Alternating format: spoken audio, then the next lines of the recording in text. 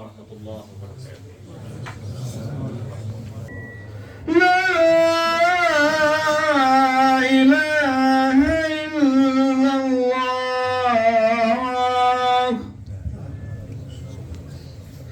اللهم رب هذه الدعوة التامة والصلاة القائمة آت محمدا الوسيلة والفضيلة والدرجة العالية الرفيعة وابعثه مقاما محمودا الذي وعدته وارزقنا شفاعته يوم القيامة إنك لا تخلف الميعاد.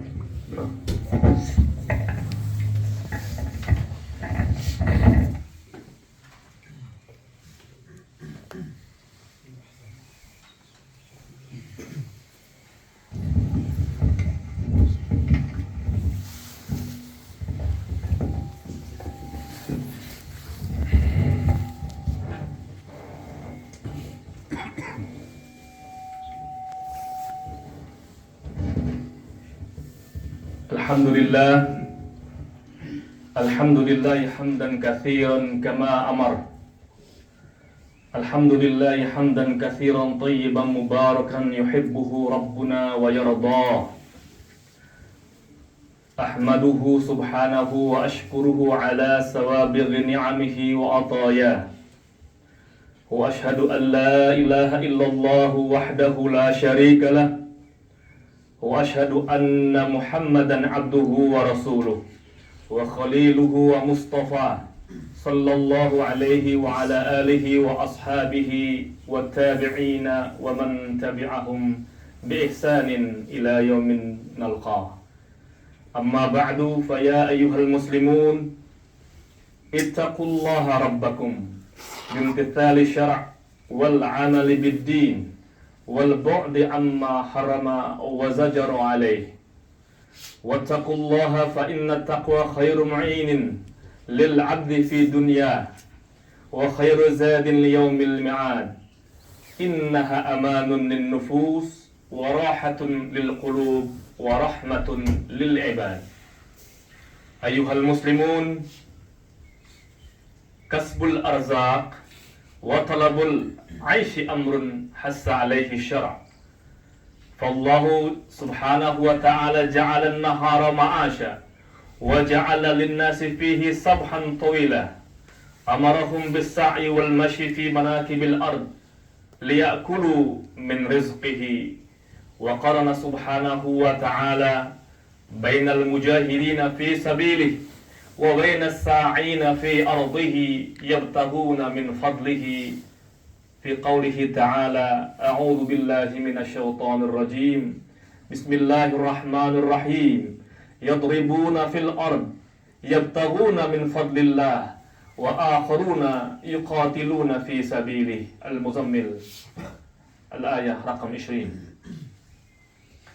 وأخبر رسول الله صلى الله عليه وسلم أنه ما أكل أحد طعاما خيرا من أن يأكل من عمل يده، وإن نبي الله داود عليه السلام كان يأكل من عمل يده. رواه البخاري. ومما يرى عن عيسى عليه السلام أنه رأى رجلا فقال: ما تصنع؟ قال: أتعبد. قال: ومن يعولك؟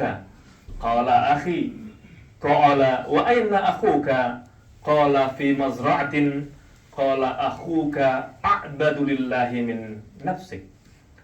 وعندنا في الإسلام ليست العبادة أن تصفو قدميك وغيرك يسعى في قوتك، ولكن ابدأ برغيفيك فاحرزهما ثم تعبد. لكن أيها المسلمون، إن طلب الحلال وتحريه أمر واجب وحتم لازم. انظروا رحمكم الله أيها المسلمون إلى خليفة رسول الله صلى الله عليه وسلم أبي بكر الصديق رضي الله عنه، يأتيه يوما خادمه بشيء من الأكل ثم يقول له: أتدري من أين هذا الأكل؟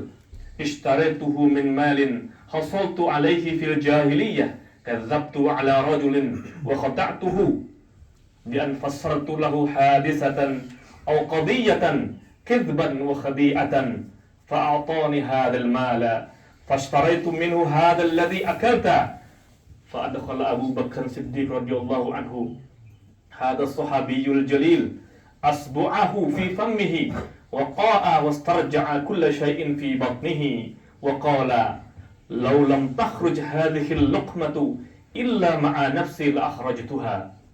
وقال مخاطبا ربه اللهم إني أعتذر إليك مما حملت العروق وخانت الأمعاء. رواه البخاري. إذن أيها المسلمون، أرأيت الرجل الذي ذكره الله أو ذكره رسول الله صلى الله عليه وسلم أنه يطيل السفر أشعث أغبر يمد يده إلى السماء وقال يا رب يا رب ومطعمه حرام وملبسه حرام وغذي بالحرام فأنى يستجاب له. وإذا يقول عليه الصلاة والسلام يأتي على الناس زمان لا يبالي المرء ما أخذ منه أمن الحلال أم من الحرام. رواه البخاري والنسائي. وفي رواية فإن ذلك لا يستجاب لهم دعوة. So dear Muslim brothers, rahimakumullah, the noble Quran and Hadith of the Prophet Muhammad sallallahu alaihi wasallam mandate our how to consume halal food. Halal food means that food must be procured and purchased through fair, legitimate and honest means. According to Al-Hadith quote in a Sahih Muslim, that the Prophet Muhammad sallallahu alaihi wasallam, peace be upon him, mentioned a person who had dust on his clothes and hair due to a long journey, was making supplication, saying, Ya Rab, Ya Rab, O Almighty Allah. But his food, drink and dress was haram. Thought Allah Almighty accept supplication of a traveler, but his involvement in haram made his supplication unacceptable. When one of Sahaba, Anas radiallahu anhu, asked the Prophet Muhammad sallallahu alaihi wasallam to pray for him so that he may become mustajabud da'wah, means a person whose prayers and supplication are accepted. But peace Allah, Rasulullah sallallahu alaihi wasallam replied, Ya Anas, earn an honest living and eat halal food. Allah Almighty will make you mustajabud da'wah and will grant you whatever you ask. So respected brother, rahimakumullah, in today's society, haram is practiced in many ways, and majority is not even aware on it. So it was due to the teaching of the noble Quran and the training of the Prophet Muhammad sallallahu alaihi wasallam that the companions of the Prophet, peace be upon him, were very conscious about their food. Let me give you just one example here. Once Sayyidina Abu Bakr Siddiq radiallahu anhu drank the milk brought by his servant. He later asked as to where he did bring the milk from. The servant replied that he had performed a kahanat for a certain tribe and was given milk in exchange as a wage. Kahanat is ahram, a sort of chanting that was common in the pre-Islamic days. Hearing this, Sayyidina Abu Bakr Siddiq radiallahu anhu that was immediately put his finger in his throat and tray out and kept doing that for some time. So Sayyidina Abu Bakr Siddiq said, Oh Allah, I repent and apologize for the milk which has gone into my system. When the Prophet Muhammad sallallahu alaihi wasallam, peace be upon him, heard about the accident, he commented, don't you know that nothing goes to the stomach of Abu Bakr Siddiq except what is tayyib, pure and halal food. Bukhari and Muslim. From here, we must also realize how important the awareness of the importance of protecting Muslim consumers against the guarantee of halalness of a product circulating in our country's market. Because in addition to maintaining the purity of our faith and Sharia, it will also have a blessed impact on the economy of any countries and in particular our Muslim Ummah. Barakallahu li wa lakum fil Qur'anil Karim. Wa nafa'ani wa iyyakum bima fihi minal ayati wa dzikril hakim. Wa taqabbalallahu minna wa minkum tilawatahu innahu huwas samiul basir. Wa qur rabbighfir warham wa anta khairur rahimin.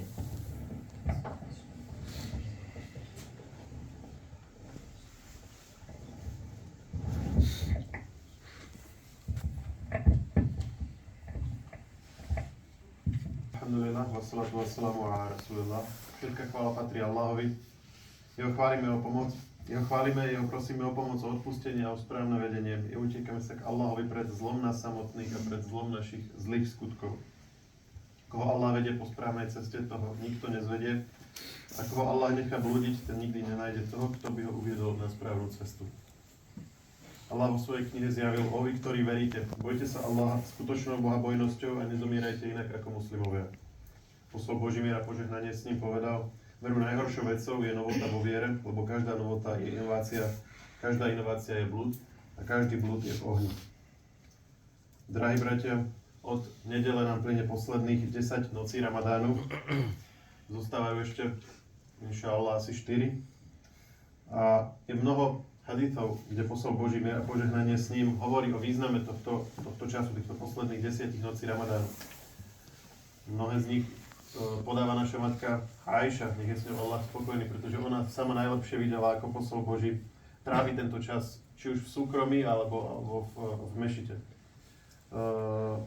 Napríklad Aisha, nech je s ňou Allah spokojný, rozprávala, že posol Boží mier a požehnanie s ním zvykol vynakladať úsilie počas posledných 10 dní Ramadánu do takej miery ako v žiadnom inom čase. Alebo tiež, že v tomto čase, že keď prišlo posledných 10 dní Ramadánu, tak posol Boží mier zvykol byť hore v noci, zobudil v noci svoju rodinu a utiahol si opasok. Znamená, že po slovensku povieme, že vyhrnul si rukavy, aby ešte viac sa sústredil na uctievanie. Taktiež týchto posledných 10 dní, alebo teda 10 nocí sú tie, v ktorých je najväčšia pravdepodobnosť, že v nich zastihneme Lailatul Qadr, alebo noc rozhodnutia. Je to noc, o ktorej sa dočítame v Koráne. Allah hovorí, že v skutku sme zoslali Korán v noci rozhodnutia, alebo v Lailatul Qadr. Vieš ty, čo je to Lailatul Qadr? Lailatul Qadr je lepšie ako 1000 mesiacov a v nej s dovolením Pána svojho anjeli a duch zostupujú kvôli každému zjaveniu. Až do východu ranných zor je mier v nej. Čiže Lailatul Qadr je najvýnimočnejšia noc v celom roku a podľa hadithov vieme zhruba odhadnúť, že kedy by mohla byť, aj keď nevieme presne, ktorá noc to je, ale vieme teda, že by to malo byť v posledných 10, ako iste viete, dňoch Ramadánu a mala by to byť jedna z nepárnych nocí, to znamená 21., 23. a 25. tie už ubehli a ešte nám zostáva 27. a 29. noc, pričom podľa niektorých názorov práve 27., ktorá bude dnes v noci, je práve tá, keď je šanca, že vtedy bude Lailatul Qadr najvyššia. Keďže je to noc, ktorá je lepšia ako 1000 mesiacov, tak jeden skutok v nej sa rovná skutku, ktorý by sme robili 1000 mesiacov, čiže to prepočítame 83 rokov. Zároveň posol Boží mier a požehnanie s ním hovorí, že je to noc, ktorú keď ju niekto strávi v modlitbách a dúfa v odmenu od Allaha, tak všetky jeho predchádzajúce hriechy budú odpustené. Zároveň Lailatul Qadr je čas, alebo táto noc je časom, kedy je najväčšie množstvo anielov, ktorí zostupia na zem a vlastne sú v tom priestore na zemi. Hojnosť anielov, uvádza sa, že hojnosť anielov na zemi je počas tejto noci väčšia, ako je počet kamienkov na zemi. Zároveň v túto noc Allah zoslal Korán z prísne strážených dosiek, Lav al-Mahfuz, do najnižšieho neba, aby ho odtiaľ potom Džibril postupne zjavoval alebo znášal nášmu prorokovi mier a požehnanie s ním. No a čo máme v túto noc robiť? Opäť Aisha, nech je s ním Allah spokojný, sa pýtala práve túto otázku posla Božieho miera požehnanie s ním, že čo máme v túto noc robiť. Tam povedal najviac opakujte prosbu, Pane, Ty si odpúšťajúci a máš rád odpustenie a preto mi odpusť. No ako sme povedali, táto noc jedna z 5 možných nocí aj dnes v noci a podľa niektorých o niečo menej autentických možno názorov práve tá dnešná noc by to mohla byť. Preto ak si chceme vybrať aspoň nejaký čas počas Ramadánu, kedy sa budeme usilovať, prosiť Allaha, robiť dua, robiť dobrovoľné modlitby čo najviac, tak skúsme to urobiť práve túto noc a potom inšallah nedeľnejšiu noc. Allah nám to tento rok uľahčil aj tým, že táto noc pripadla zrovna na piatok, takže veľa ľudí, ktorí pracujú, zajtra majú voľno, môžu zostať celú noc hore. Allah nám to uľahčil aj tým, že aj táto modlitba bude v noci otvorená, ako celých posledných 10 nocí. Takže aj dnes v noci prídete o 3 ráno sem, bude otvorené, môžete sa pridať k nočnej modlitbe spolu s nami, potom mať spoločný sochor, inšallah, a pomodliť sa fajr a pôjdete domov. No a do sviatočnej modlitby, ktorá bude budúci týždeň, máte ešte čas odovzdať zakatul fitr. Zakatul fitr je, ako viete, povinný zakat, ktorý sa odovzdáva počas Ramadánu, ktorý je potrebné uhradiť pred modlitbou Eidul Fitr, ktorý je určený chudobným za tým účelom, aby aj oni mali rovnakú možnosť tešiť sa zo sviatku po skončení Ramadánu ako ostatní, takže aby mali tú možnosť, musíme to stihnúť odovzdať pred tým, ako začne sviatočná modlitba. Sú tu vyznačené schránky na stenách aj na dolnom, aj na hornom poschodí, kde sa zakatul fitr dáva a jeho výška je 8 eur na osobu. Takže za každú osobu, o ktorú sa staráte, manželku, počet detí, tak za každú 8 eur a dáte to do schránky a tým inšallah máte túto povinnosť splnenú. Let me just say very briefly in English. Tonight and the Sunday night are two of the most probable nights for Laylatul Qadr. Inshallah, the mosque will be open. We will start to pray around 3 o'clock in the morning, the night prayer. Then we will have the Suhoor and Fajr. So inshallah, today is also a good thing that it's a Friday. So 27th night will be tonight. You don't have to work tomorrow. So inshallah, let us make it the biggest night prayer of this Ramadan tonight, if you can. And Zakatul Fitr is paid €8 per person. You can put it to the cash boxes on the ground floor and on the first floor. You have to give it before the Eid prayer, which we will announce also on the Monday evening. So Monday evening we will know when exactly it will be, and the place will be Indonesian Embassy, inshallah. So you are all invited for the Eid prayer once we will announce the time and the day. A len posledný oznam k modlitbe Eidul Fitr bude inšallah na indonéskej ambasáde. Všetci ste pozvaní. Presný čas ohlásime v pondelok večer, inšallah.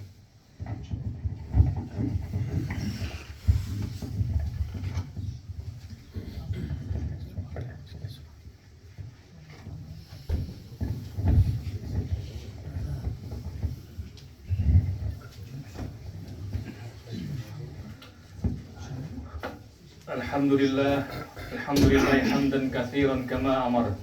أشهد أن لا إله إلا الله وحده لا شريك له إرغاما لمن جحد به وكفر. وأشهد أن سيدنا وحبيبنا وشفيعنا ومولانا محمد عبده ورسوله سيد الخلائق والبشر. اللهم صل على سيدنا محمد وعلى آله وصحبه أجمعين. فيا أيها الناس اتقوا الله وافعلوا الخيرات واجتنبوا عن السيئات. إن الله وملائكته يصلون على النبي. يا أيها الذين آمنوا صلوا عليه وسلموا تسليما. اللهم صل وسلم وبارك على سيدنا محمد وعلى آله وصحبه أجمعين وعلى التابعين وعلى تابع التابعين ومن تبعهم بإحسان إلى يوم الدين. وارض اللهم عنا وعنهم برحمتك يا أرحم الراحمين. اللهم اغفر للمسلمين والمؤمنين. اللهم اغفر للمؤمنين والمؤمنات والمسلمين والمسلمات الأحياء منهم والأموات إنك سميع قريب مجيب الدعوات. اللهم انصر أمة سيدنا محمد. اللهم اصلح أمة سيدنا محمد. اللهم ارحم أمة سيدنا محمد. اللهم انصر من نصر الدين واخذل من خذل المسلمين واجعل هذه البلدة بلدة طيبة تجري فيها أحكامك وسنة نبيك يا حي يا قيوم. ربنا تقبل منا صلاتنا وصيامنا وقيامنا وركوعنا وسجودنا وتسبيحنا وتخشعنا وتعبدنا وتضرعنا وتمم تقصيرنا يا الله يا أرحم الراحمين. اللهم إنك عفو كريم تحب العفو فاعف عنا. اللهم إنك عفو تحب العفو فاعف عنا. اللهم إنك عفو كريم تحب العفو فاعف عنا. ربنا آتنا في الدنيا حسنة وفي الآخرة حسنة وقنا عذاب النار. عباد الله، إن الله يأمر بالعدل والإحسان وإيتاء ذي القربى وينهى عن الفحشاء والمنكر والبغي يعظكم لعلكم تذكرون. فاذكروا الله العظيم يذكركم واسألوه من فضله يعطيكم ولذكر الله أكبر. أقيم الصلاة.